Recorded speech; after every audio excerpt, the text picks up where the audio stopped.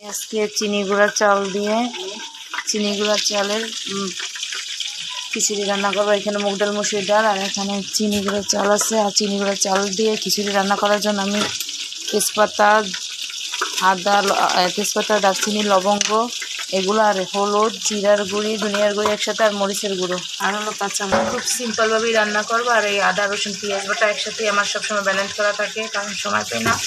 এটাও খুব আমি অল্পভাবেই করবো, যেহেতু এটা চিনি গুঁড়া চালের, তো এটা খুব অল্প মশলায় হয়ে যাবে, বেশি লাগবে না।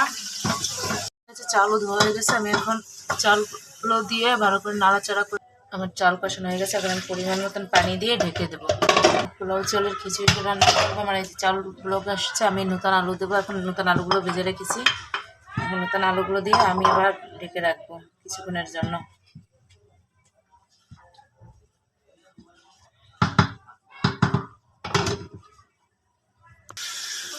মাশাআল্লাহ, আমার ঝুরঝুরে পোলাও চালের খিচুড়ি একবারে নতুন আলু দিয়ে একবারে কমপ্লিট, একবারে ঝুরঝুরে।